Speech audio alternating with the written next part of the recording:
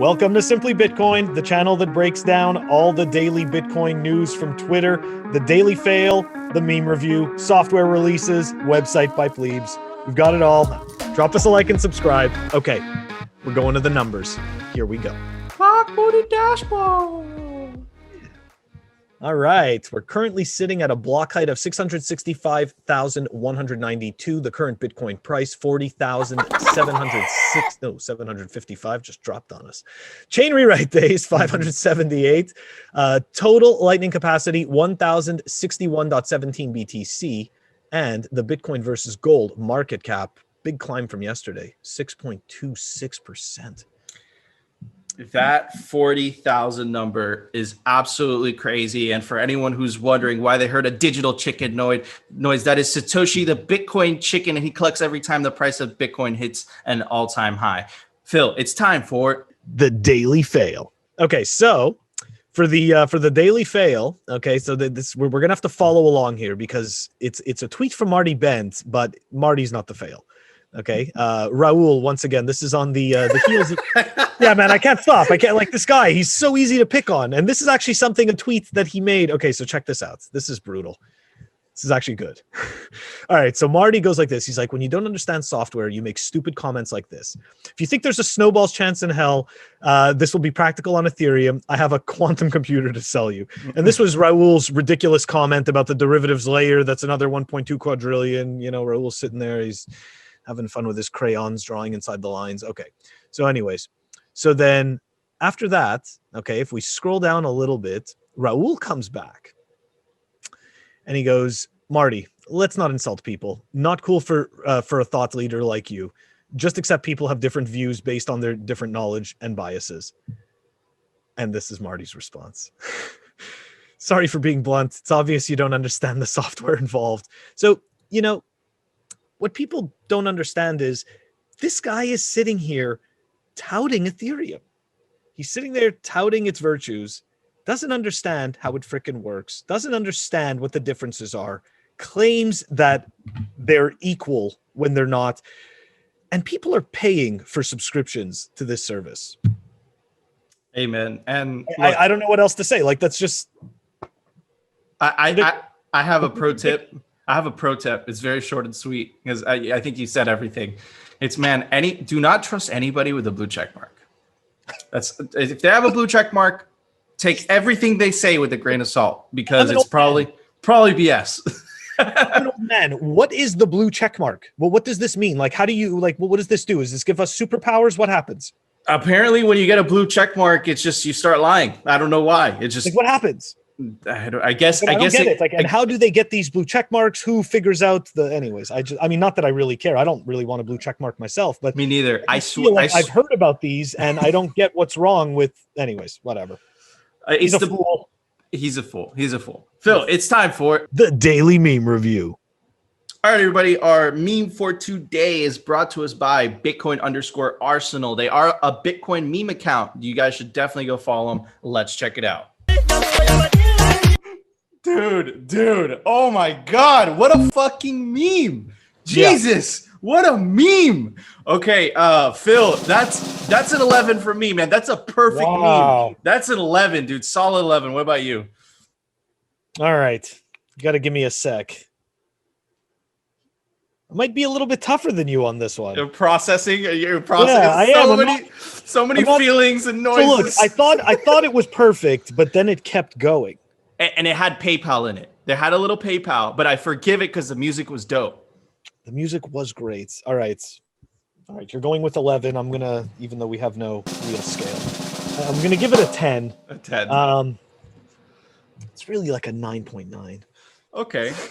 I look, if the 10 is a perfect score, but if it's a perfect meme, I mean, it was a perfect meme. Little cherry on top, I'll give it 11.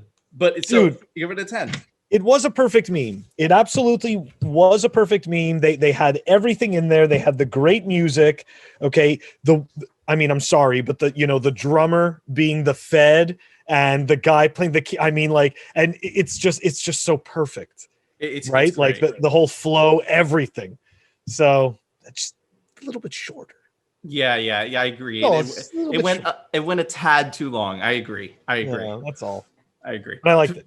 Phil, it's time for The Daily News, sponsored by Crypto Cloaks. All right, guys, we have an article. I thought it was really interesting. I kind of wanted to touch on it a little bit. It's from the Financial Tribune. It's a first Iranian English economic daily. This is really interesting. First of all, because it's a mainstream newspaper, right? And the title speaks for itself. Iran cracked down on illegal crypto farms. When they really talk about illegal, they're mostly talking about illegal Bitcoin farms. But what is an illegal Bitcoin farm, right? It's just a goddamn computer. So authorities closed. It's not like a grow op, it's just funny. Authorities closed. I know, right? 1,620 illegal cryptocurrency mining farms that were used 200. That's a lot. That used. That is. Are you sure? I don't know if. Okay. Anyways. That used 250 megawatts of electricity since July 2019 when mining was legalized. So look, I thought this was really interesting because Venezuela went through something very similar. My hair is crazy. Venezuela went through something very similar, and they did the same thing. they made mining illegal, right? And they started seizing miners, but it was actually sooner. It was like 2 years earlier. But it's really interesting because both these countries have heavy sanctions from the U.S. and they're actually highly invested. The government is highly interested in Bitcoin mining. So both countries did the same thing. They legalized mining, and what they want to do is they want to pool all the hash rate coming from the country, and they want to centralize it in one mining pool, right? Both countries want to do something very similar. I just thought it was super interesting. And I think it's super interesting that they're calling Bitcoin mining illegal, right? It's just a machine, right? It doesn't do anything. It doesn't hurt anybody. It's not a drug, right? So it's just funny because the government tends to make things illegal that, that they're scared of, right? That they can't control, right? So Phil, what are your thoughts on this? The dangerous Bitcoin mining farms. You got to keep the kids away from that, Got to keep them away. They might get hurt. Might learn about computers. May decide to learn about tech. Maybe become a programmer. Become a network admin or something. That's just terrible. It's good. It's good. They're protecting the people. Yeah. So, I mean, look. It's like you said. The government does these things when they're afraid. But at the end of the day, well, what's the real issue? They just want their cut. That's all. That's what it is. They're afraid when they're not getting their cut, and then once they're getting their cut, they're not afraid anymore. So to me, like that's always the issue. What does it take for the government to get their cut from allowing something that doesn't harm anybody and actually contributes? And not only that, but I'm kind of interested to see the type of industries that grow around because let's face it, the miners produce a lot of heat. That heat is energy, so it's got to be something that you can do with that heat. So anyways, I completely agree. I think it's a good thing, right? Like, I think it's a good thing. I think it's going to encourage new industries, new businesses, more creativity. I don't, and shout out to the Iranian government. God forbid the people learn about sovereignty, right? It's such a dangerous concept, right? Mm-hmm. So I was being sarcastic. It was a bad joke. Anyway, Phil, I got some more news. It's just really awesome, super bullish. This tweet was brought to us by Kuroki, and he said, according to an SEC form, Morgan Stanley, the bank, owns about 10.9% of MicroStrategy. They've increased their position by 360%, adding almost 650 shares. Since quarter 3, 2020. Wow. Even the banks want Bitcoin. Let me say that again. Even the banks want Bitcoin. The proof is in the pudding. Morgan Stanley owns 10% of MicroStrategy. Phil, what are your thoughts on this? They understand. You got to remember, right? They are the gatekeepers of the broken system. Somebody who is being intellectually honest understands that the system is broken and how it's broken. So they understand Bitcoin's promise.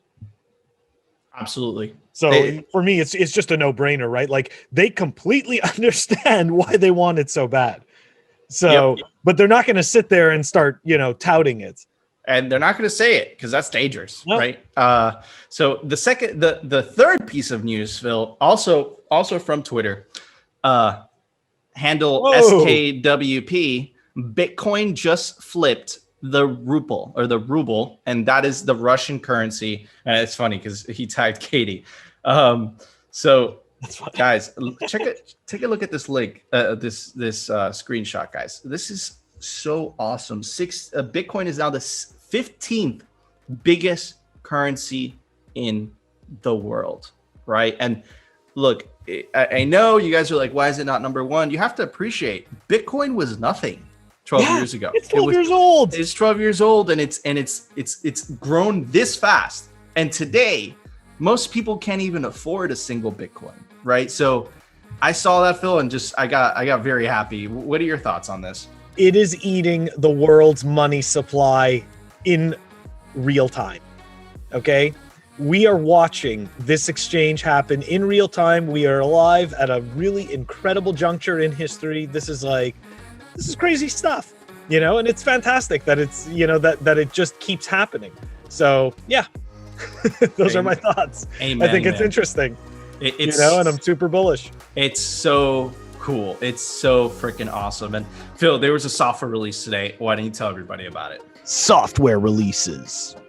Got today. Okay, looks like big software release. Coldcard version 3.2.1 was released. We've got details to that down below in the show notes, and I've got to upgrade mine. Me too. Thank you, Phil. Guys, thank you so much for watching another episode. If you guys like the episode, smash that like button. If you love the episode, subscribe. And of course, we'll see you tomorrow for another episode of Simply Bitcoin.